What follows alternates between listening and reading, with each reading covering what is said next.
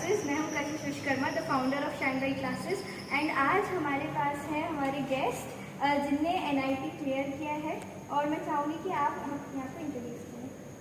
Hello everyone, myself Vedant Vishwakarma and I am from Bareilly, Madhya Pradesh, and I have got about 25k rank in advanced and I have got 40k rank in JMeins.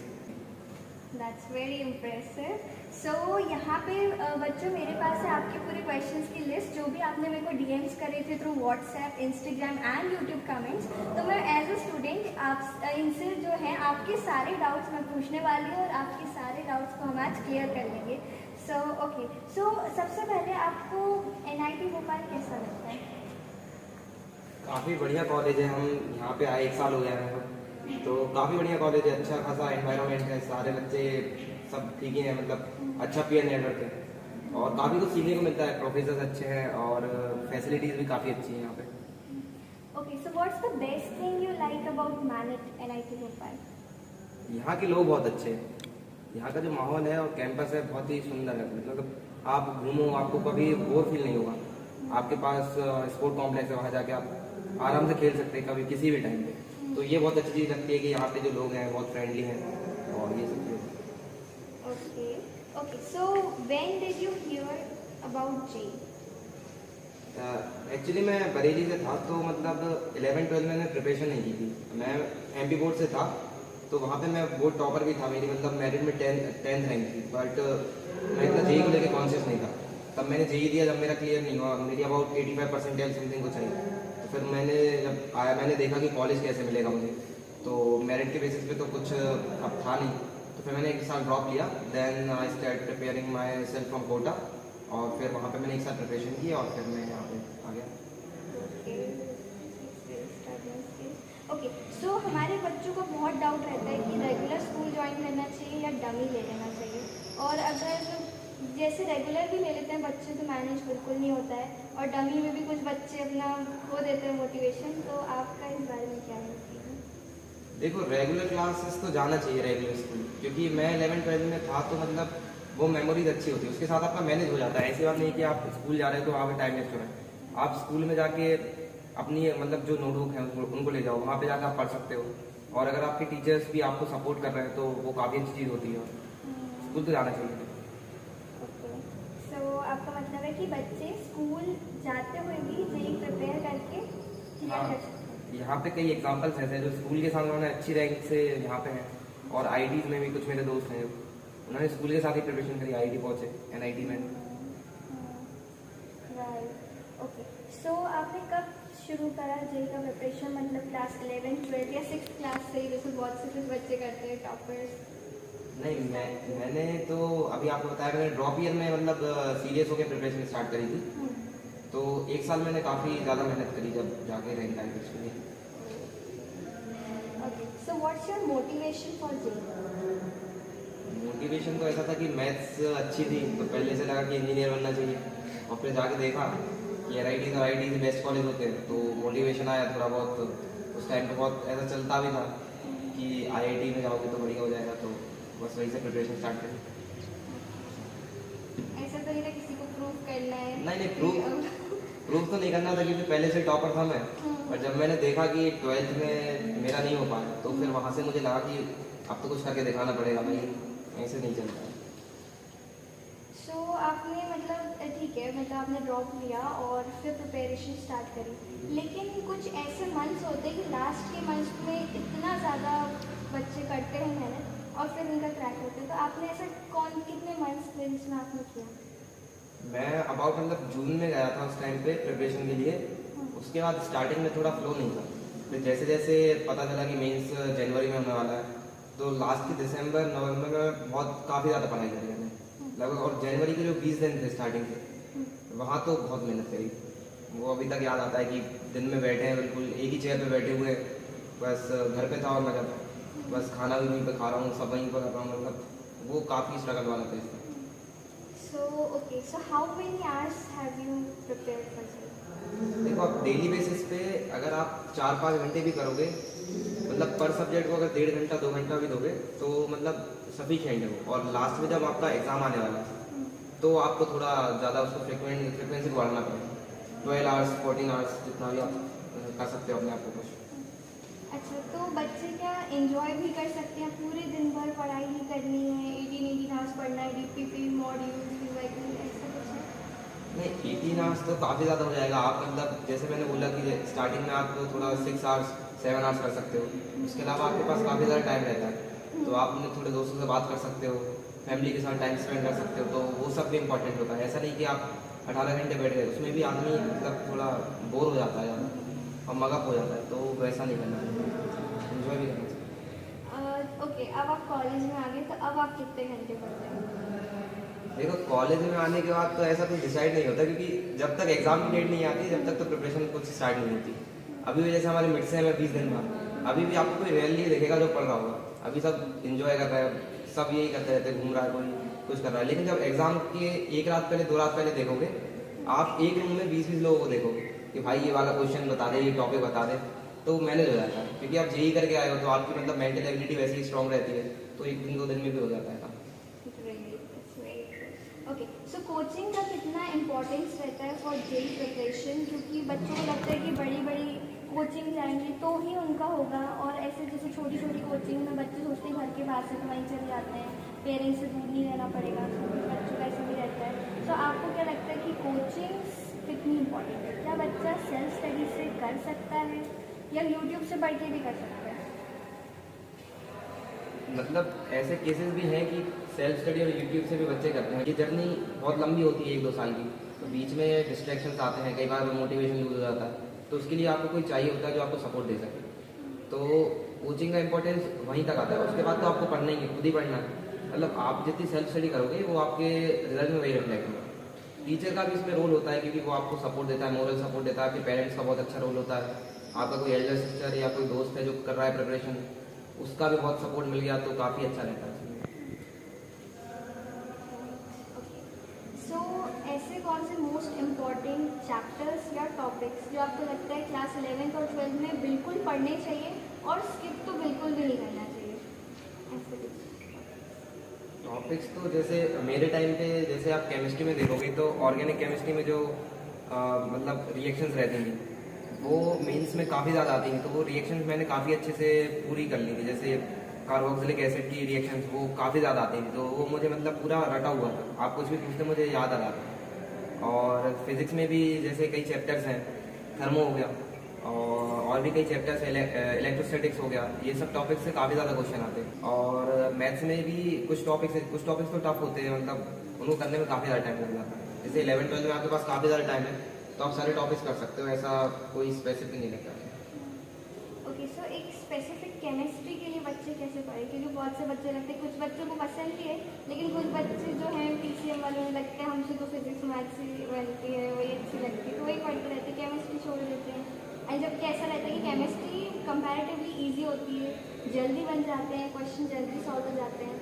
So chemistry के बारे में आपको देखिए, chemistry में सबसे ज़्यादा number आए मेरे एडवांस में, तो ऐसा था कि केमिस्ट्री आप मत छोड़िए, केमिस्ट्री ऐसा सब्जेक्ट है जो आपको रैंक दिला सकती है। मतलब जैसे आप मैथ्स करोगे तो मैथ्स में काफ़ी ज़्यादा टाइम लग जाता है, कई बार कोई क्वेश्चन होता है कि आपकी मैथ बहुत स्ट्रॉन्ग है, तभी वो क्वेश्चन हो सकता है आपका 10-15 मिनट ले ले। लेकिन केमिस्ट्री में आप देखोगे अगर कठिन क्वेश्चन है भी तो भी कोई इतना टाइम नहीं लेता है, तो वो जल्दी हो जाती है और ईजी स्कोरिंग सब्जेक्ट है, तो उसको बिल्कुल मत नेगलेक्ट करना, क्योंकि मेंस में भी अच्छे नंबर दिलवाएगी। परसेंटाइल केमिस्ट्री में कंपेरेटिवली आसानी से आ जाती है, और उसके अलावा एडवांस में भी नंबर जैसे आपको चाहिए है तो केमिस्ट्री बेस्ट ऑप्शन है। सो इससे स्टूडेंट्स आपको ये सीख मिलती है, केमिस्ट्री तो बिल्कुल नहीं छोड़ना है। बहुत से बच्चे मुझे कमेंट करते समझ नहीं आ रही या बन नहीं रहा, सो आपको यहाँ से सीख मिलती है chemistry is very important subject for JEE mains and advance as well. Okay, so आपने कौन कौन सी बुक्स रेफर करी थी? Physics, chemistry, maths separate? अब मैं तो वैसे कोचिंग में था, तो वहाँ के जो मॉड्यूल्स थे मैंने उनको रिपीटेडली मतलब सॉल्व किया, 2-3 बार सॉल्व कर लिया था। तो ऐसे और बुक्स में मैंने थोड़ी फिजिक्स में एस सी वर्मा थोड़ी बहुत करी हुई थी, और उसके अलावा तो मैंने ज़्यादा बुक्स कुछ रेफर करी नहीं थी, वैसे मतलब modules and online. Okay, so do you have any backlog, और अगर था तो आपने उसको कैसे टैकल किया? बैकलॉग्स मेरे थोड़े मैथ्स में बन गए थे, तो मैंने उनका ऐसा करा था, जैसे अगर सैटरडे संडे है तो मैं उस दिन बैठ जाता था एक अब जैसे ऑफलाइन थे मेरे कोचिंग, तो वहाँ पे तो टॉपिक हो चुका था, तो मैं टीचर के पास चला जाता था, तो वो बता देते थे कि ये ऐसा ऐसा होता है। और नहीं तो मैं थोड़े ऑनलाइन ट्यूटोरियल्स देख लेता था, तो उससे मैंने सैटरडे संडे में मतलब मोस्टली बैकलॉग सैटरडे संडे में क्लियर करता था। क्योंकि अगर जैसे बैकलॉग को क्लियर करने बैठता तो जो अभी प्रेजेंट में चल रहा है वो छूट जाता था, तो वैसा मैं सैटरडे संडे में करता था वो सब। सो PYQ का कितना रोल रहता है दोनों में, जेईई मेंस एडवांस में? देखो मेंस की PYQ तो अगर PYQ कर लिया आपने तो आपकी परसेंटाइल बहुत अच्छी रहेगी। जब जैसे जैन में जब मेरा अटेम्प्ट था तो मैंने 10 दिन लगातार ढेरों मतलब 1000-2000 से ज़्यादा PYQ कर दिए होंगे। मतलब PYQs मैंने बहुत करे थे मेरे से पहले। और एडवांस में PYQ करने का ये फ़ायदा है कि आपको एक पैटर्न पता चल जाता है क्वेश्चन कैसा है। अब एडवांस में तो ऐसा है कि पैटर्न चेंज होता रहता है, लेकिन सिमिलर पैटर्न के क्वेश्चन कई बार आ जाते हैं। जैसे मैं जब एडवांस देने गया था तो एक क्वेश्चन मैंने कर रखा था, जब सेम आया बस वो मैग्नेटिज्म का था जो मैंने किया होता, और वो इलेक्ट्रिसिटी में आ गया। Same to same question same concept, तो तुरंत मतलब 2 मिनट में सॉल्व हो गया। अब एडवांस का क्वेश्चन अगर 2 मिनट में सॉल्व हो जाए तो काफ़ी ज़्यादा अच्छा रहता है, तो PYQ तो करना चाहिए। So do you have any distractions and आपने उनको कैसे अवॉइड किया? जैसे आजकल बच्चे बहुत ईजिली डिस्ट्रैक्ट होते हैं, फ़ोन का नोटिफिकेशन आ गया तुरंत चेक करेंगे कि क्या भेजा उसने भेजा, या कोई उनसे बात नहीं कर रही तो फिर उस पर डिस्टर्ब होते रहेंगे, प्रिपरेशन अच्छे से नहीं कर पाते। सो आपने कैसे अवॉइड किया? जैसे मैं तो ड्रॉपर था तो मेरे पास डिस्ट्रैक्शन का कोई ऑप्शन नहीं था, मतलब एक ही साल था मेरे पास, तो मैं वही दिमाग में लेके गया था। मेरे साथ मेरे 2 दोस्त और थे जो मतलब मेरे होम टाउन के थे, हम तीनों कोटा में थे। तो मतलब तीनों हम मतलब बिल्कुल मन लगा के पढ़ते रहते थे। मतलब हमें पता था कि अगर इस बार नहीं हुआ तो फिर होना ही नहीं है, मतलब फिर तो हमने मतलब डिस्ट्रैक्शन तो मेरा कुछ था नहीं, सीधा कोचिंग जाता था, कोचिंग से वहीं आता था मतलब PG में जिसमें रहता था, और बस पढ़ाई करते रहो हो जाएगा। तो आपके दोस्त लोग आपको डिस्ट्रैक्ट नहीं करते थे? वो भी पढ़ते थे ना, तो तीनों पढ़ने वाले थे तो कोई दिक्कत नहीं थी। वो भी पढ़ते थे, हम पढ़ते थे। कभी जैसे रात में वो आ गए, हम थोड़ी देर बैठते रहते थे, आधे 1 घंटे बैठे, उसमें भी हम डिस्कस कर रहे कि भाई ये क्वेश्चन तूने किया था कि नहीं, ऐसा ये टॉपिक मुझे बता देना। और बीच बीच में घूमने भी जाते थे, ऐसा नहीं मतलब खूब बहुत घूमे हम, मतलब कोटा भी हमने बहुत घूम लिया। लेकिन ऐसा था कि एक दिन हम डिसाइड कर लेते थे इस दिन जाएंगे और इस दिन हम ब्रेक ले लेंगे, तो वैसे डिस्ट्रैक्शन को अवॉइड भी कर लोगे और बोर भी नहीं होगे साल भर पढ़ के। ओके, सो आपको क्या लगता है अर्ली मॉर्निंग पढ़ना चाहिए या लेट नाइट? अब वो मतलब आप पे डिपेंड करता है। जैसे मैं रात में ज़्यादा पढ़ता था क्योंकि सुबह मेरी नींद नहीं खुलती थी। अगर मैं 12 बजे भी सोता था तो मैं लेट तक उठता था, तो मैंने एक आइडिया निकाला कि अगर मैं लेट तक ही उठ रहा हूँ तो मैं सुबह मतलब लेट नाइट पढ़ लेता हूँ, तो मैं लेट नाइट तक पढ़ता था। अगर आप सुबह उठने में कंफर्टेबल है तो आप सुबह पढ़ सकते हैं। ओके, लेकिन एग्जाम्स के टाइम पे सुबह जल्दी उठना, एग्जाम के टाइम तो सुबह उठना सुबह चाहिए। उठना चाहिए। ओके, सो क्योंकि आप कोटा में थे तो आपके पेरेंट्स आपके साथ थे, तो आप अकेले रहते थे, सो कभी कभी लोनलीनेस भी बच्चों को लगता है कि बात नहीं कर पा रहे, पढ़ने में लगे हैं, टाइम नहीं दे पा रहे, सो आपने वो लोनलीनेस से कैसे? मैं तो ऐसा था, जैसे रात में जब कोचिंग से आता था तो कोचिंग से आने के बाद 10-15 मिनट अपने घर पे बात कर लेता था खाना खाने के बाद। उसके बाद मेरे दोस्त लोग भी मेरे साथ थे, तो हम तीनों मिलते रहते, तो ज़्यादा ऐसा लोनलीनेस का फील ही नहीं हुई। सो पेपर अटेंडिंग स्ट्रैटेजी कैसी होनी चाहिए? मतलब कुछ सीक्वेंस रहता है कि फिजिक्स केमिस्ट्री मैथ्स करना है, या फिर ऐसा रहता है कि जो क्वेश्चन बन रहे हैं वो पहले कर लो, या फिर बच्चे ऐसे भी करते हैं एक ही क्वेश्चन में लगे रहते हैं और पूरा टाइम वेस्ट कर देते हैं? देखिए मतलब अब वो आप पे डिपेंड करता है। जैसे अगर आपकी फिजिक्स स्ट्रॉन्ग है या फिर केमिस्ट्री, तो आप फिजिक्स पहले उठा लीजिए या केमिस्ट्री। जैसे मेरी केमिस्ट्री स्ट्रॉन्ग थी तो मैं केमिस्ट्री करता था, तो केमिस्ट्री मेरी लगभग 35 से 40 मिनट में जितने क्वेश्चन, जैसे पहले अटेम्प्ट में मैं 23 क्वेश्चन करके आया था केमिस्ट्री के, तो वो 35 से 40 मिनट मेरे खत्म हो गए थे। उसके बाद मैं फिजिक्स उठाई मैंने कुछ, तो फिजिक्स में 1 घंटा लगा। उसके बाद मैथ्स में थोड़ा मैं टाइम लेके गया, तो उस हिसाब से मेरा परसेंटेज थोड़ा मैनेज हो गया। अब जैसे कई लोगों को मैथ्स ज़्यादा अच्छी लगती है, तो मैथ्स में कई बार अपन फंस जाते हैं, तो एक ही क्वेश्चन अगर फंस गए हो तो उसको छोड़ के अपन आगे बढ़ सकते हैं। ऐसा मेरे साथ एडवांस में हुआ कि मैं एक ही क्वेश्चन पे 8-10 मिनट दे दिया, तो उसमें फिर मैं सोचने लगा इसमें ज़्यादा टाइम दे दिया, अब मेरे पास टाइम कम बचा है, तो उस प्रेशर में मेरे थोड़े नंबर और कम रहे। तो आपको ऐसा नहीं करना है। आपको अगर कोई क्वेश्चन अटक रहा है तो आप उसको बात के लिए मार्क और रिव्यू करके आगे आ सकते हैं, और जो आप अटेंड कर पा रहे हैं उसको कर दीजिए। That's a very good point. Okay, so कोई ट्रिक भी रहती है गेस करने की, जैसे ऑप्शंस में कि ये हो सकता है, तो कुछ बच्चे बस केस हो जाता है, अब बन नहीं रहा कुछ, तुक्का उसका स्ट्रैटेजी लाइक? नहीं भाई, तुक्का स्ट्रेटजी तो कभी फॉलो मत करना। जो एडवांस में मेरा नेगेटिव हुआ था वो इसी चक्कर में हुआ था। मैं 2 में कंफ्यूज था, तो मैंने लास्ट में सोचा कि अब एक तो लगा के ही जाऊँगा। अब मैंने क्लियर उसको क्वेश्चन को सॉल्व किया, तो मैंने वो तुक्का स्ट्रेटेजी ट्राई करी जो आजकल लोग बताते भी हैं, तो वो मेरा वो नेगेटिव हो गया था। तो आप वो गलती मत करना, -2 हो जाएगा मेरा। बिल्कुल बिल्कुल ऐसा मत करना। तो आपने कितने मॉक टेस्ट दिए थे? मॉक टेस्ट मतलब मॉक टेस्ट तो बहुत ज़रूरी है, उससे आपको पता चल जाता है कि आपकी प्रिपरेशन का लेवल क्या है। तो लगभग मैंने 40-50 मॉक तो दिए होंगे। अभी के टाइम पे जो जेईई एस्पिरेंट्स हैं उनको कितने देने चाहिए आपके अकॉर्डिंग? भाई मॉक तो ज़्यादा से ज़्यादा लगाओ। मुझे ऐसा लगता है कि अगर मैं ज़्यादा मॉक लगाता तो हो सकता है मेरा स्कोर और इम्प्रूव हो जाता। उससे मुझे मतलब अगर मॉक दोगे तो पता चल जाता है कि आप कहाँ पे वीक हो, कहाँ पे आपको मेहनत करनी, तो उससे ज़्यादा फ़ायदा मिल जाता है। तो मॉक तो ज़्यादा से ज़्यादा देना है। ओके, अब बच्चे जब भी क्वेश्चन सॉल्व करते हैं उनमें डीमोटिवेशन बहुत हो जाता है। मेरे से एक क्वेश्चन नहीं बना, दूसरा नहीं बना, तीसरा नहीं बना, तो फिर वो लूज हो जाते हैं और सोचते हैं अब नहीं पढ़ना, छोड़ देते हैं। 3 दिन बाद छोड़ देते हैं, फिर चौथे दिन में फिर सोचते हैं पढ़ें कि नहीं पढ़ें। ऐसे कुछ नहीं होता है बच्चों का। तो उस बारे में भी नहीं, ऐसा नहीं करना है कि अगर नहीं बन रहा है तो हम छोड़ ही दिए। मतलब उसको करते रहिए। स्टार्टिंग में जब मैं प्रिपरेशन के लिए गया था, जैसे मैंने बताया बोर्ड से था, अब वहाँ जाके मैंने देखा कि सिलेबस तो काफ़ी बड़ा होता है। तो स्टार्टिंग में मुझसे क्वेश्चन बिल्कुल नहीं बनते थे। मुझसे बेसिक क्वेश्चन भी मतलब बहुत देर में बनते थे, और देख रहा था कि बच्चे कर दे रहे हैं। तो वहाँ पे मैंने सोचा यार ये लोग तो पहले से बहुत आगे चल रहे हैं, तो मेरा हो गई कैसे। लेकिन फिर भी लगा रहा मैं, और जैसे 1-2 महीने हुए तो वो हैबिट में आ गया, मेरे साथ करने लगा। तो मतलब छोड़ना तो नहीं है बीच में। This is a never give up attitude जो सब में होना चाहिए गाइस। ओके, सो अब the last is the what golden advice you want to give your juniors जो अब अपीयर करने वाले हैं इस साल?